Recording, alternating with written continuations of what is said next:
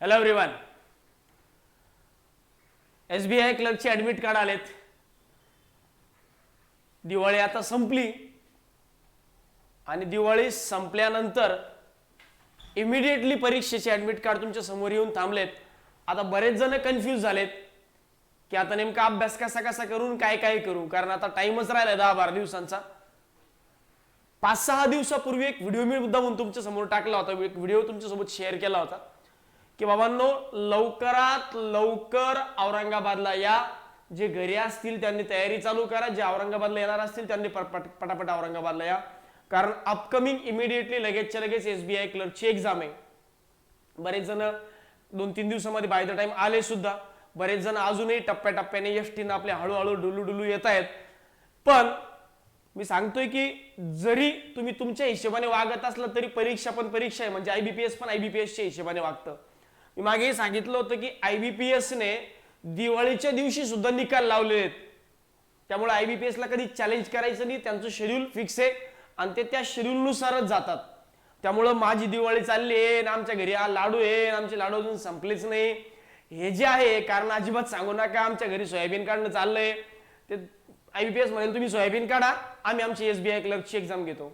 त्यामुळं आता बरेच जण थोडेसे पॅनिक झालेत की आता पटपट नेमका अभ्यास काय करावा, कसा करावा. या हिशोबाने आजच्या व्हिडिओमध्ये SBI क्लर्कची पुढची 10-12 दिवसांची प्लॅनिंग कशी असावी. आता काही लोकांची एक्झाम 12 तारखेला आहेत, काही लोकांची एक्झाम 19 तारखेला आहे, काही लोकांची एक्झाम 20 तारखेला आहे आणि काही लोकांची एक्झाम डायरेक्टली 25 तारखेला आहे. म्हणजे याचा अर्थ असा आहे की 4 दिवस एक्झाम चालणार आणि 4 दिवसामध्ये एक फायदा असा आहे की यावेळेस ज्या एक्झाम्स आहेत या सगळ्या आयॉन डिजिटलला होणार आहेत. कारण जेवढे लोकांनी आतापर्यंत मला सांगितलं कुणाचं सेंटर आयॉन डिजिटलच्या बाहेर नाही आलं, म्हणजे सगळ्यांचं सेंटर जे ऑलमोस्ट आयॉन डिजिटलच आहे. त्यामुळे तो एक फायदा आहे की चला 2 दिवस एक दिवस एक्झाम उशिरा का होत नाही पण ऑथेंटिक सेंटरला होईल. कारण बरेचदा असं होऊन जातं की एखादं दलिंदर सेंटर येतं आणि त्या सेंटरवर चांगल्या मुलांचाही प्रॉब्लेम होऊन जातो, कारण सेंटरची सिस्टीम खराब असते. सिस्टीम खराब असल्यामुळं एक तर ती सिस्टीम स्लो चालते, लवकर क्लिक होत नाही, एकदा क्लिक केलं की दोनदा ते गुरगुर फिरतं. त्यामुळे बरेच अडचणी आहेत. सो एनिवे त्या विषयावर जास्त बोलणार नाही, पण एक चांगलं आहे की यावेळेस सगळ्या एक्झाम ज्या आहेत या आयॉन डिजिटलला होणार आहेत. जरी समजा चुकून यानंतर म्हणा किंवा या एक्झाम मध्ये म्हणा सपोज कुणाचं आयॉन डिजिटल सेंटर नसेल आणि सेंटर जर तुम्हाला चुकीचं येत असेल, म्हणजे सेंटर जर खराब आलं तर लगेच एक्झाम संपले त्यांची फीडबॅक जे आहे तिथं टाकायला विसरू नका. आणि एक्झाम संपल्यानंतर एखादं सेंटर जर तुम्हाला खराब येतं तर IBPSचा एक हेल्प डेस्कचा ईमेल आयडी आहे, त्या ईमेल आयडीवर सेंटरची तक्रार डेफिनेटली करा, कारण चांगलं सेंटर मिळवणं आपला हक्क आहे. ठीक आहे. तर ओव्हरऑल तुम्हाला असं वाटलं की यार एक्झाम खराब आली तर एक्झाम खराब झाली, त्याला आपल्या हातात काहीच पर्याय नाही. हा, ही गोष्ट तेवढीच खरी आहे की एक्झाम चालू होण्याच्या अगोदर तुम्ही तुमची सिस्टीम प्रॉपरली चेक करा आणि चालू होण्याच्या अगोदर जर सिस्टीम खराब असेल तर डेफिनेटली इन्व्हिजिलेटरला सांगा की ही सिस्टीम मला नको, ही सिस्टीम मला बदलून पाहिजे. कारण बरेचदा काय करतात मुलं, काय करतात होईल चांगलं असं ऍज्युम करतात आणि मग त्यानंतर सिस्टीम येते खराब आणि मग त्यात तुमचा टाइम चाललाय तो नंतर आणखी पॅनिक होतात, मग सिस्टीम बदलावी लागते. ड्युरिंग एक्झाम सिस्टीम बदलली की आणखी प्रॉब्लेम येतात. त्यामुळं त्या गोष्टीवर थोडंसं कॉन्सन्ट्रेटेडली लक्ष द्या की नाही यार मला ना सिस्टीम खराब आली तर मी टॉलरेट करणारच नाही, मी इमिडिएटली सिस्टीम चेंज करून मागेल.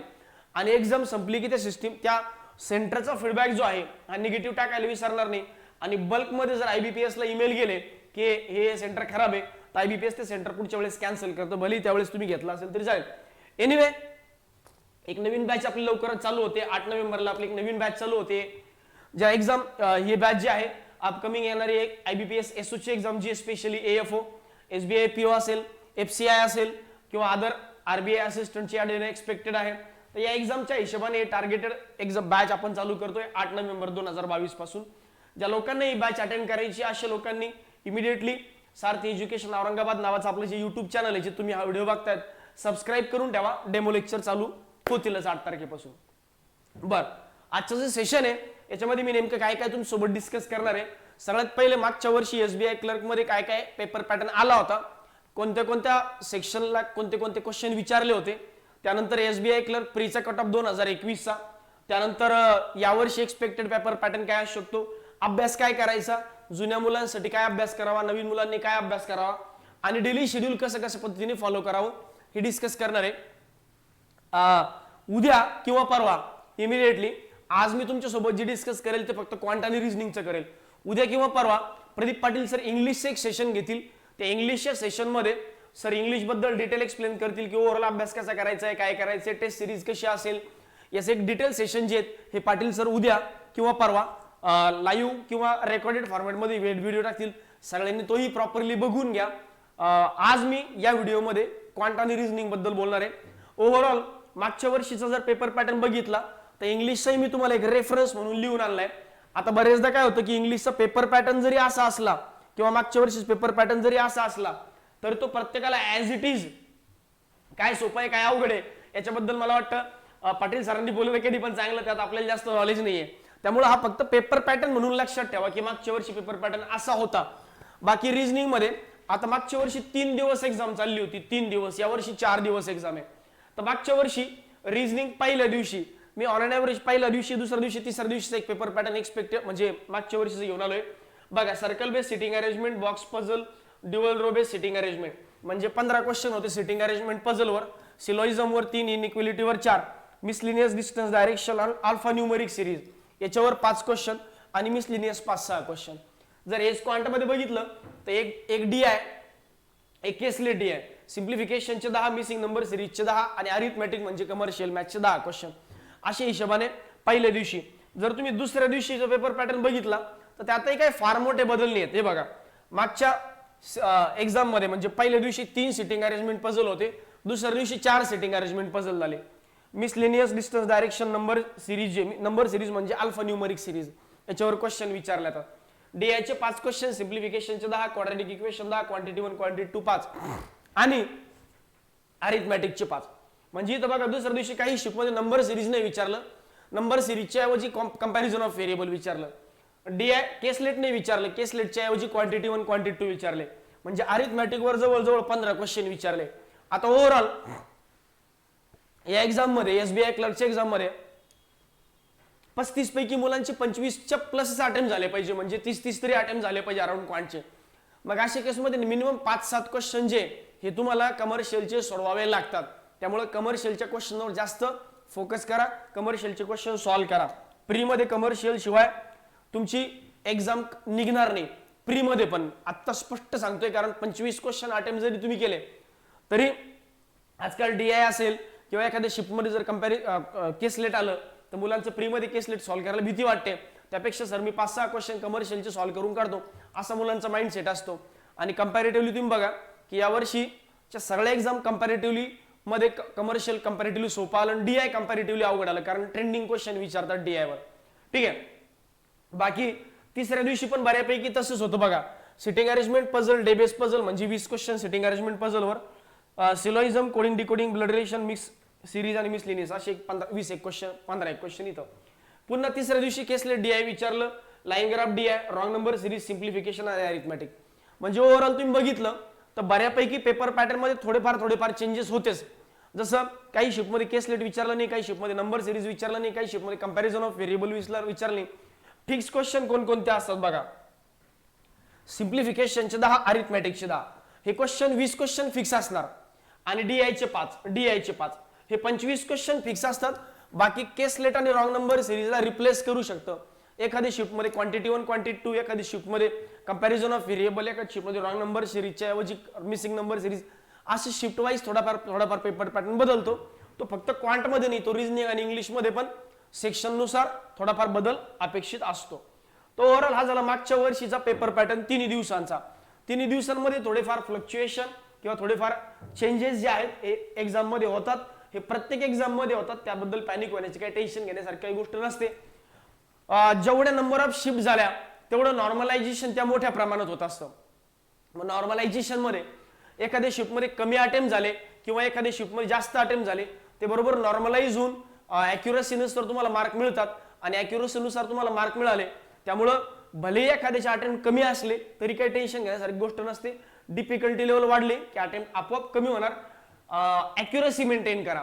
डिफिकल्टी लेवल कमी झाली आपोआप अटेम्प्ट वाढणार, ॲक्युरसी मेंटेन करा. म्हणजे दोन्ही केसमध्ये तुम्हाला काय करायचं, दोन्ही केसमध्ये तुम्हाला ॲक्युरसी प्रॉपरली मेंटेन करायची.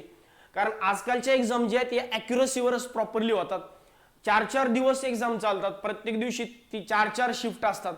म्हणजे जवळजवळ एसबीआय क्लर्कची एक्झाम मिनिमम 12 शिफ्टमध्ये, मॅक्सिमम 16 शिफ्टमध्ये होईल, 14 ते 16 शिफ्टमध्ये होईल. त्यामुळं ओव्हरऑल सगळ्यांनी अॅक्युरसी मेंटेन करण्याचा प्रयत्न करा. जेवढी जास्त अॅक्युरसी तेवढं नॉर्मलायझेशन जास्त. त्यामुळं बरेचदा असं होतं की क्वांटचे 25 क्वेश्चन सॉल्व्ह करून आलो आणि 30-30 मार्क मिळाले. आणि नॉर्मलायझेशन होताना अशा टॉपिकचे मार्क जास्त मिळतात ज्या टॉपिकचं डिफिकल्टी लेवल जास्त आहे. म्हणजे जर उदाहरणार्थ आयबीपीएस क्लर्कची एक गोष्ट सांगतो तुम्हाला. आयबीपीएस क्लर्कमध्ये आपल्या क्लासच्या एका मुलीने काय केलं, तिला रॉंग नंबर सिरीज आलं. आयबीपीएस क्लर्कचे किस्सा सांगतो. क्वांटमध्ये तिने काय केलं, तिला डीआय आले होते 5 क्वेश्चन, तिने डीआयचे 5चे 5 क्वेश्चन सॉल्व्ह केले. त्यानंतर रॉंग नंबर सिरीज आलं 5 क्वेश्चन 5चे 5 स्किप करून टाकले. त्यानंतर कंपॅरिझन ऑफ व्हेरिएबल नव्हतं, सिम्प्लिफिकेशन होते 10 क्वेश्चन, इथे 10 पैकी 10 क्वेश्चन सॉल्व्ह केले. त्यानंतर कमर्शियल मॅथ्स आणि आय गेस केसलेट होतं हा की कंपॅरिझन ऑफ व्हेरिएबल होतं. कमर्शियल मॅथ्सचे 10 क्वेश्चन आणि कंपॅरिझन ऑफ व्हेरिएबलचे 5 क्वेश्चन. तर तिने काय केलं, हे 5 क्वेश्चन उचलले, 10 क्वेश्चन उचलले आणि इथून 7-8 क्वेश्चन उचलले आणि डायरेक्ट स्किप केलं. तर तिचे अटेम्प्ट जे आहेत हे कंपॅरेटिव्ह झाले 25, 26, 27च्या आसपास, पण स्कोअर येताना जवळजवळ तिला 30च्या आसपास स्कोअर आला. का? कारण हे रॉंग नंबर सिरीज जे हे जर सुटत नाहीये किंवा टाइम जास्त लागतो, लॉजिक लवकर क्रॅक होत नाही, त्यापेक्षा बेस्ट वे की कमर्शियल मॅथ्स सोडवा. आणि कमर्शियल मॅथ्स मध्ये नॉर्मलायझेशन जास्त प्रमाणात होतं. मग एखाद्याच्या शिफ्टमध्ये बघा सिम्प्लिफिकेशन नॉर्मली असं एकही विद्यार्थी नसतो जो सिम्प्लिफिकेशन स्किप करतो. ऑलमोस्ट सगळेजण सिम्प्लिफिकेशन सॉल्व्ह करून येतात. पण अशी खूप रेअर विद्यार्थी असतात जे कमर्शियल सॉल्व्ह करतात. मग नॉर्मलायझेशन कमर्शियलवर जास्त होतात. त्यामुळे डिफिकल्टी लेवलनुसार कमर्शियल ची जास्त आहे, म्हणून डिफिकल्टी लेवलनुसार नॉर्मलायझेशन होतं.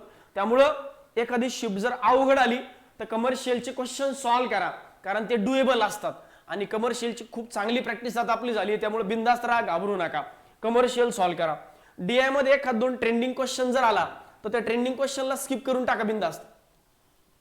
जर तुम्हाला असं वाटलं की यार खूपच टाइम लागतोय आणि खूपच गोल गोल फिरून विचारला क्वेश्चन आहे, तेवढ्या 2 क्वेश्चनच्या टायमिंग मध्ये तुम्ही कमर्शियलची इकडं म्हणजे एका क्वेश्चनला 2 मिनिटं जर लागत असेल तिकडे कमर्शियलचे 2 क्वेश्चन पण तुमचे अटेम्प्ट होऊ शकतात.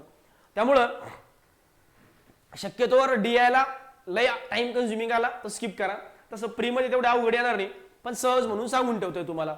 म्हणजे ती एक टेक्निक किंवा तेवढा एक माइंडसेट त्यावेळेस आपल्याजवळ असला पाहिजे की चला यार हे नाही जमलं, मी पटकन तिकडे शिफ्ट होईल. मागच्या वर्षीचा कट ऑफ बद्दल जर बोलायचं तर मागच्या वर्षी जो कट ऑफ होता तो बघा कॅटेगरी वाईज हा फक्त महाराष्ट्राचा कट ऑफ आहे. 2021चा हा महाराष्ट्राचा कट ऑफ आहे. मागच्या वर्षी जनरलचा कट ऑफ होता 66.25चा. जुलैमध्ये मागच्या वर्षी परीक्षा झाली होती प्री. ओबीसीचा आणि ईडब्ल्यूएसचा हे सगळ्यांचे कट ऑफ बघा इक्वल आहे. एसटीचा कट ऑफ 56 मार्कांचा होता. एसटीचा कट ऑफ अवेलेबलच झाला नाही. म्हणजे मी भरपूर सर्च केलं पण अवेलेबल झाला नाही. पण मी हे गॅरंटीने सांगतो की याच्यापेक्षा 2-3 मार्क मागे असेल, याच्यापेक्षा 2-3 मार्क मागे. म्हणजे हा कट ऑफ जो आहे हा राऊंड तुम्ही असा ॲज्युम करा की 63च्या मागे पुढे प्लस मायनस 2 या हिशोबाने +-2 या अकॉर्डिंगली एसटीचा कट ऑफ मागच्या वर्षीचा असेल. तरी या वर्षीचा कट ऑफ सर या पद्धतीने राहील का की कमी होईल की जास्त होईल? बघा मागच्या वर्षी जेवढ्या जागा होत्या या वर्षीच्या पण जागा ऑलमोस्ट तेवढ्याच आहेत, थोड्याफार एक्का दुक्का कमी आहेत, पण भरताना ऑफकोर्स जागा जास्त भरल्या जातात. इव्हन मागच्या वर्षी नोटिफिकेशन मध्ये जेवढ्या जागा होत्या त्याच्यापेक्षा भरताना जागा कमी भरल्या कंपॅरेटिव्हली मागच्या वर्षी, आणि वेटिंग मधून पण नंतर कॅन्डिडेट घेतले. तर यावर्षी जागा कंपॅरेटिव्हली तशाच आहेत. आता डिफिकल्टी लेवलवर मॅटर करतं की कट ऑफ काय लागेल. त्यामुळे आज तुम्ही कट ऑफ डिसाईड करून जाऊच नका कधी. आता जर तुम्ही गुगलवर सर्च केलं SBI clerk pre exam analysis 2021 तर काही शिफ्टमध्ये पार 63 आणि 65 हा ऍव्हरेज अटेम्प्ट आहे. म्हणजे काही शिफ्टचा ऍव्हरेज अटेम्प्ट खूप कमी आहे. आणि हा जो कट ऑफ आहे ना हा मागच्या वर्षी अनएक्सपेक्टेडली हाय लागला होता. म्हणजे मागच्या वर्षी बऱ्याच जणांनी जाणकारांनी कट ऑफ सांगितले होते एवढा लागेल, 52 लागेल, 55 लागेल. अनएक्सपेक्टेडली कट ऑफ खूप हाय लागला होता मागच्या वर्षी एसबीआय क्लर्कचा. तुम्ही जर बघितलं तर आरआरबी क्लर्कचा कट ऑफ जो आहे हा 80 पैकी 71, यावर्षी तो 68च होता. 80 पैकी क्वांट रिझनिंग 80 पैकी. आणि इकडे बघा तुम्ही 100 पैकी 66, 67. आता त्यातलं त्यात इथं कसं आहे क्वांट रिझनिंगचे फक्त 35 क्वेश्चन आहेत. सेक्शनल टायमिंग आहे इंग्लिशचे 30 क्वेश्चन आहेत. मग इथं सेक्शनल टायमिंग असल्यामुळं नंबर ऑफ अटेम्प्ट काय पूर्ण होत नाही. त्या मानाने हा कट ऑफ हाय होता मागच्या वर्षीचा. या वर्षीचा कट ऑफ एवढा असेल याची गॅरंटी नाहीये. पण तुम्ही आतापासून काहीच डिसाईड करू नका. तुमच्या डोक्यात तुम्ही अटेम्प्ट किती करावे हे पण डिसाईड करू नका. तुम्ही बिंदास्त राहा. जेवढे जास्त अटेम्प्ट करता येईल तेवढे करा. ॲक्युरसी मात्र मेंटेन करा. सर मी किती अटेम्प्ट करायला पाहिजे, सेफ अटेम्प्ट किती असले पाहिजे, असे बऱ्याच जणांचे डाऊट्स असतात. मित्रांनो, सेफ अटेम्प्ट कधी असूच शकत नाही. बरेचदा 90 95 अटेम्प्ट करणाराही फेल होतो आणि 65-70 अटेम्प्ट करणाराही पास होऊन निघून जातो. त्यामुळे सेफ अटेम्प्ट हा मुद्दाच आपल्या डोक्यात नसावा. आपण अटेम्प्ट करून यावा आणि जेन्युइन अटेम्प्ट करणाऱ्यांची प्री आरामात निघते. हा माझा नेहमीचा तुम्हाला संदेश आहे किंवा नेहमीच आमचं हे नेहमी सांगणं असतं की अटेम्प्टचा विचार करायचा नसतो. अटेम्प्ट हा करण्याची गोष्ट नाही, तो आपोआप होण्याची गोष्ट आहे. अटेम्प्ट हा आपोआप होऊन जातो, टेन्शन घेऊ नका. ठीक आहे. तर या अकॉर्डिंगली हा मागच्या वर्षीचा कट ऑफ होता. या वर्षीचा कट ऑफ हा याच्यापेक्षा कमीच लागेल एवढं लक्षात ठेवा. आता तो 0.25 पण कमी असू शकतो आणि तो 5-6 मार्कांनी पण कमी असू शकतो. मागच्या वर्षी थोडा अनएक्सपेक्टेडली हाय लागला होता. पण जर डिफिकल्टी लेवल लयच पांचट आली, म्हणजे जर तुम्हाला without paper pen simplification, without paper pen DI solve व्हायला लागलं तर मग मात्र कट ऑफ वाढू शकतो. पण मी गॅरंटीने सांगतो पेपर डिफिकल्ट नसाल, पण एवढं इझी पण नसेल की एकदम तोंडी क्वेश्चन तुम्ही म्हणजे DI चे ट्रेंडिंग क्वेश्चन येतील, मिसिंग नंबर सिरीज येईल, काही शिपमध्ये रॉंग नंबर सिरीज येईल. त्यामुळं नॉर्मलायझेशन मध्ये हा कट ऑफ वाढला जरी तरी तुम्ही टेन्शन घेण्याची गरज नाही. ठीक आहे. बरं, पुन्हा सांगतोय, कट ऑफ काही असू द्या, तुम्ही तुमचा अटेम्प्ट 100% देऊन या. डोक्यामध्ये काय होतं बरेचदा, सर तुम्ही असं कसं बोलतायत म्हणजे आम्हाला पण लक्षात येईना. मी तुम्हाला असं का बोलतोय लक्षात घ्या. बरेचदा मुलं काय करतात, डिसाईड करून जातात 80 अटेम्प्ट मला करायचे आहेत. क्वांटचे 25, रिजनिंगचे 30, 55 आणि इंग्लिशचे 25, 80 अटेम्प्ट करायचे आहेत. काय होतं, ऍक्च्युअल एक्झाम मध्ये गेल्यानंतर अचानक क्वांट किंवा रिजनिंग अवघड येतो. डायरेक्ट अटेम्प्ट होतो 20-22 वर, दोन्ही मिळून 50. आणि रिजनिंग इंग्लिशचे तर 30 अटेम्प्ट बरेच जण करतील, नाही करतील, कमी जास्त होतच थोडेफार 2-4 मागे पुढे. मग डिसाइडेड असतं 80चा आणि अचानक आपला 70-75 वर अटेम्प्ट होऊन येतो. आपण माइंडसेट आपला निगेटिव्ह होऊन जातो. किंवा ऍक्च्युअल एक्झाम मध्ये गेल्यानंतर अटेम्प्ट होत नाही पटपट, मग आपण पॅनिक होतो. तर असं करू नका. यासाठी मी तुम्हाला सांगतोय की अटेम्प्ट हा प्री डिसाइडेड नसावाच. अटेम्प्ट हा ऍक्च्युअल एक्झाम मध्ये जेवढा होईल तेवढा बिनधास्त ॲक्युरेट करून यावा. बरं, आता या वर्षीचा एक्सपेक्टेड पेपर पॅटर्न काय असू शकतो सर? मी तुम्हाला गॅरंटीने सांगतो, या वर्षीचा एक्सपेक्टेड पेपर पॅटर्न जो आहे हा as good as previous year असेल. म्हणजे almost same as previous year. कारण क्लरिकलची प्री मध्ये फार काही चेंजेस होत नाही. क्लरिकलच्या प्री मध्ये, इव्हन प्री मध्ये चेंजेस होतच नाही. ऑलमोस्ट सेम असेल मागच्या वर्षी सारखा. त्यामुळे मी इथं काही फार वेगवेगळे प्रयोग करणार नाही. हा, ही गोष्ट तेवढीच खरी आहे की स्पेशल आपण युट्यूबचे काही लाईव्ह सेशन घेणार आहे. म्हणजे प्रॅक्टिस सेशन क्वांटचे, रिजनिंगचे, इंग्लिशचे असेल. त्याच्यामध्ये मात्र मी तुम्हाला सांगेल की अटेम्प्ट कसा करायचा असतो. म्हणजे एखाद्या वेळेस पेपर पॅटर्न कसा आला, काय आला, कशा पद्धतीने आपण इकडे तिकडे आपण जाऊ शकतो, याबद्दल मी तुम्हाला डेफिनेटली सांगेल. पण कधी युट्यूब सेशन मध्ये. बाकी तुम्ही असं ॲज्युम करा की मागच्या वर्षी सारखाच पेपर पॅटर्न राहील आणि तयारी सगळ्या हिशोबाने करायची आहे. म्हणूनच मी तुम्हाला पुढचा स्टडी प्लॅन दिलाय. आता जो स्टडी प्लॅन मी तुम्हाला देतोय, हा स्टडी प्लॅन मी तुम्हाला देतोय, याच्यामध्ये मी तुम्हाला तुमच्या अकॉर्डिंगली थोडासा टाइम टेबल कसा सेट करायचा आहे तुमच्या हिशोबाने ठेवलंय. मी फक्त काय सांगितलंय की स्टडी प्लॅन मध्ये हे तुमचं टार्गेट आहे आणि हे टार्गेट तुम्हाला कंप्लीट करायचं आहे. ज्याच्यामध्ये मी एकदम हाय लेवल पासून लो लेवल पर्यंतचे सगळे टॉपिक कव्हर करून घेण्याचा प्रयत्न केलाय. ठीक आहे. आता बघा, जर क्वांट बद्दल जर बोलायचं तर काय असलं पाहिजे टार्गेट? तुमची परीक्षा येईपर्यंत सिम्प्लिफिकेशनचे 500 क्वेश्चन, मिसिंग नंबर सिरीजचे 500, रॉंग नंबर सिरीजचे 500, DI चे 500, कमर्शियल मॅथ्सचे 200, केस लेटचे 100. क्वांटिटी 1 क्वांटिटी 2 येईल असं मला वाटत नाही यावर्षी SBI क्लर्कला. पण तरी पण मी म्हणतोय 50 क्वेश्चन सॉल्व्ह करून जा. ऐन वेळेवर जर याच्यावर क्वेश्चन आले तर खूप इझी क्वेश्चन विचारल्या जातात. याची लेवल खूप इझी असते. सिंगल लाईनर क्वेश्चन असतात. त्यामुळे 50 क्वेश्चन सॉल्व्ह करून जा. कंपॅरिझन ऑफ व्हेरिएबल काही शिपमध्ये येऊ शकतं, काही शिपमध्ये येणार नाही. पण 100 क्वेश्चन सॉल्व्ह करून जा, कारण कन्फर्म मार्क मिळून देणारा टॉपिक आहे. ठीक आहे. तो ओव्हरऑल क्वांटचे 5 आणि हे जवळजवळ 5 म्हणजे अराउंड एक 2,500 क्वेश्चन जे 2,500 क्वेश्चन एक्झामला जाण्यापूर्वी जर तुम्ही सॉल्व्ह करून गेले तर ऑफकोर्स याचा फायदा जास्त होईल. कारण आता याच्यात कसं आहे, काही लोक म्हणतील सर कसं करू, आज सिम्प्लिफिकेशनचे 500, उद्या नंबर सिरीजचे 500 असे तर होणार नाही. मी तुम्हाला काय रिकमेंड करेल, कसं होतं आपण जेव्हा रोज जेवण करतो तर आपण फक्त असं नाही करत की आज मी पोळीच खाल्ली, उद्या मी भाजीच खाल्ली, परवा दिवशी मी दहीच पिलो आणि नंतर मग चौथ्या दिवशी मी पाणी पितो. असं होत नाही, आपण रोज थोडं थोडं खातो. मग अशा परिस्थितीमध्ये पुढचे 10 दिवस राहिलेत ना, मी तुम्हाला काय रिकमेंड करेल, रोज याचे 50 question 50 question 50 question 50 question 20 question 10 question 5 एक क्वेश्चन आणि 10 क्वेश्चन अशा हिशोबाने रोज खात राहा. याने काय होईल, डायजेशन सिस्टीम पण प्रॉपरली चालेल, ठीक आहे, चेंजेस पण येतील आणि माइंडमध्ये एक पॉझिटिव्ह माइंडसेट काय चालू राहील की अरे यार मी रोज सगळे टॉपिक तर कव्हर करतोय आणि हेच टॉपिक प्रीला येणार आहेत, त्यामुळे अकॉर्डिंगली तुमची याची प्रॅक्टिस जास्त होईल. म्हणून सगळ्यांचे थोडे थोडे थोडे थोडे क्वेश्चन सॉल्व्ह करा डेली बेसिसवर. असं क्वांटचे पुढचे 10 दिवसांचं तुमचं टार्गेट असलं पाहिजे. आता हे टार्गेट कोणी कंप्लीट करावं, हे असे लोक ज्यांच्या बॅचेस चालू आहेत किंवा ज्यांच्या बॅचेस जस्ट संपल्या, ज्यांनी आतापर्यंत कुठलीही मेन्स दिली नाही, ज्यांना असं वाटतं की आम्ही भरपूर मेन्स या वर्षी दिल्या किंवा मागच्या वर्षी दिल्या, त्यांनी ऑफलाईन प्रॅक्टिस करण्याची गरज नाही. तुम्ही बिनधास्त ऑनलाईन प्रॅक्टिस करत राहा. तुम्ही ऑनलाईन टेस्ट जरी दिल्या तरी मोर दॅन इनफ आहे. हे कुणासाठी, ज्यांच्या बॅचेस चालू आहेत किंवा ज्यांच्या बॅचेस जस्ट संपल्या, अजून कुठलीच प्री क्वालिफाय नाही झालो, अशा लोकांनी हे चालू ठेवा. सेम रिझनिंगचं आता या कोडिंग डिकोडिंग मध्ये अल्फा न्यूमरिक सिरीज सुद्धा आलं बरं का.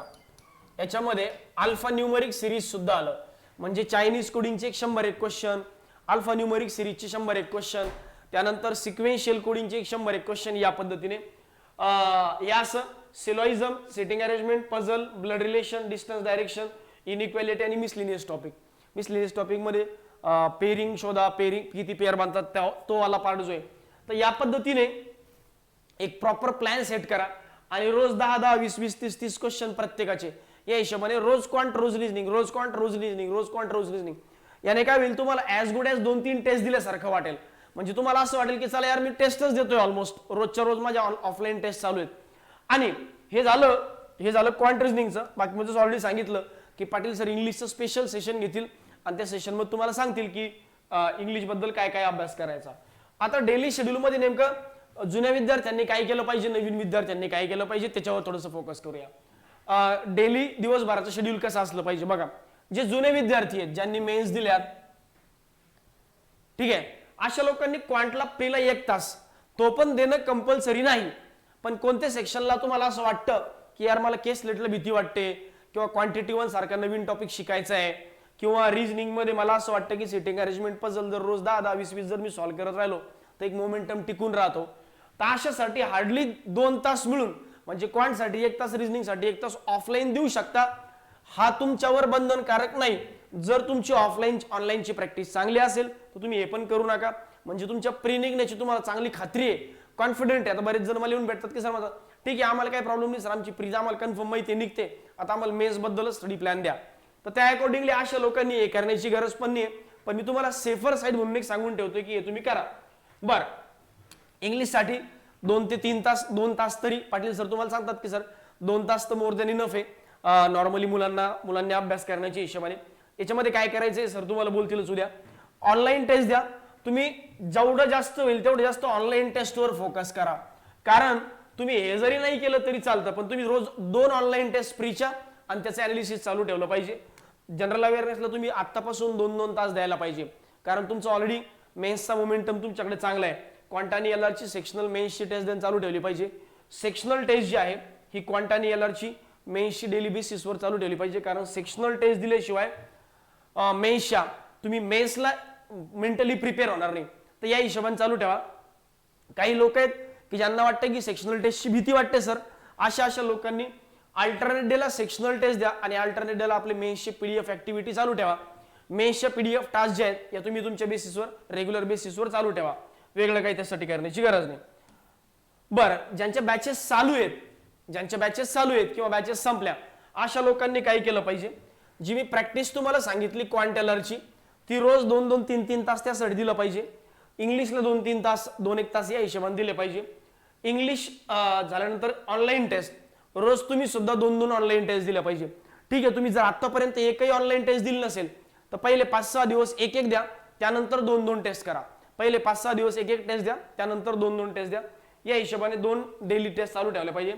त्यानंतर जर तुमची बॅच चालू असेल किंवा चालू नसेल, तुम्हाला मागचे व्हिडिओ कव्हर करायचे राहिले तर तेवढे 1-2 तास तुम्ही या हिशोबाने दिले पाहिजे. हे 2 आणि 2 4 आणि 2 6 आणि 2 8 आणि 2 10 तास या हिशोबाने डेली चालू ठेवलं पाहिजे. ज्यांचे बॅच चालू आहे अशा लोकांचे 3-4 तास तर बॅच मध्ये जाणार आहेत. 3-4 तास जे आहेत या अशा लोकांचे मॅक्सिमम बॅच मध्ये जाणार आहे. तो ओव्हरऑल जुन्या विद्यार्थ्यांनी असं, नवीन विद्यार्थ्यांनी असं हे तुमचं डेली शेड्यूल असलं पाहिजे. आता एक DI ची आणि कमर्शियल मॅथ्सची एक special purely recorded batch, DI ची आणि कमर्शियल मॅथ्सची एक स्पेशल प्युअरली रेकॉर्डेड बॅच सध्या आपण लॉन्च केली आहे. या बॅच मध्ये एकदम प्री टू मेन्स लेवलची व्हिडिओज आहेत. या बॅच मध्ये एकदम बेसिक प्री टू मेन्स लेवलची व्हिडिओज आहेत. या बॅच मध्ये तुम्हाला जवळजवळ 100+ लेक्चर्स दिसतील आणि याच्यामध्ये प्री टू मेन्स लेवलचे व्हिडिओ जे आहेत या अशा पद्धतीने आहेत की पार कन्सेप्ट पासून तर मेन्स लेवलचे कमर्शियल मॅथ्सचे, पार कमर्शियल मॅथ्सचे केसलेट, कमर्शियल मॅथ्सचे DI सुद्धा याच्यामध्ये टप्प्याटप्प्याने ऍड होत जाणार आहेत. त्यामुळं ही बॅच जी आहे ही भूतो न भविष्यतो ही बॅच आहे. 1500 रुपयात सध्या ही बॅच मी अवेलेबल करून दिली 1 नोव्हेंबर पर्यंत. यानंतर यावर कधीही ऑफर येणार नाही, कारण या बॅच मधला जो कंटेंट आहे तो खूप हाय लेवलचा आहे. ही बॅच फक्त आता या वर्षीच्या IBPS PO मुलांसाठी आणि SBI क्लर्क असेल, SBI PO असेल यांच्या मेन्स साठी मी सध्या फक्त लॉन्चिंग प्राइस 1,500 रुपये सध्या ठेवली आहे. यानंतर या बॅचची कधीच प्राइस कमी नाही होणार, 2,500 रुपयेच असेल. या बॅच मध्ये कमर्शियलचे स्पेशल लेक्चर आहे प्री टू मेन्स आणि DI चे स्पेशल लेक्चर आहे प्री टू मेन्स. ही 1500 रुपये फक्त कमर्शियल मॅथ्सची फीज आहे. त्यात DI ची बॅच मी तुम्हाला सध्यापुरती फ्री देतोय. 1000+ क्वेश्चनचं याच्यात डिस्कशन केलंय आणि 1000+ क्वेश्चन जे हे प्रॅक्टिस साठी तुम्हाला देतोय. 8 महिन्यांची ही बॅच आहे. 1 नोव्हेंबरला रात्री 12 वाजेपर्यंतची व्हॅलिडिटी ऑफर ऍक्टिव्ह राहील. त्यानंतर ही ऑफर कधी येणार नाही. त्यामुळं जास्तीत जास्त लोकांनी बॅच घ्या, तुम्हाला डेफिनेटली ही बॅच कामाला येईल. आणि याच्यामध्ये एवढं मोठं कंटेंट ऍड होणार आहे की याच्यात तुम्ही तुमच्या बियॉन्ड इमॅजिनेशन यात व्हिडिओज येतील आणि त्यामुळं 1500 रुपये हे खर्च करणं हे फार वर्थ तुम्हाला असं डेफिनेटली नंतर वाटेल. नंतर तुम्ही पश्चाताप करताल, अरे यार आता प्राइस वाढली, आता मला माझ्याजवळ तेवढे पैसे आहे नाही, किंवा नंतर मग तुम्हाला हाय प्राइसला घ्यावी लागेल. तर ज्यांना ज्यांना असं वाटतंय की क्वांट बद्दल मला मेन्स लेवलचं करायचंय, प्री लेवलचं करायचंय, अरिथमॅटिक म्हणजे कमर्शियल आणि DI ची ती स्पेशल बॅच आहे प्री टू मेन्स लेवलची. लवकरच SBI क्लर्क साठी आपण काही YouTube सेशन कंडक्ट करूया. रिझनिंग असेल, क्वांट असेल, इंग्लिश बद्दल तुम्ही ऑलरेडी तुम्हाला बोललो. युट्यूबचे लाईव्ह प्रॅक्टिस सेशन आपण कंडक्ट करूया प्री साठी. त्यानंतर टप्प्याटप्प्याने मेन्स साठी येणारच आहे. ठीक आहे, बाकी ओव्हरऑल सगळे डाऊट्स क्लिअर झाले असतील. एक्झाम साठी आजपासून मी तुम्हाला ऑल द बेस्ट म्हणलं असं काही नाही, पण असू द्या एक तुम्हाला परीक्षेसाठी नाही अभ्यासासाठी ऑल द बेस्ट. ठीक आहे, बाकी कोणाला काही पाहिजे असेल पर्सनली तुम्ही आम्हाला कॉल करू शकता. पर्सनली क्लासला तुम्ही येऊन भेटू शकता. संध्याकाळी 3-4 नंतर नॉर्मली आम्ही फ्री असतो, येऊन भेटा. भेटल्यानंतर तुमचे जे पण पर्सनल डाऊट्स आहेत तुम्ही आपण ते सॉल्व्ह करून घेऊया. ठीक आहे, चलो, thank you very much and bye bye.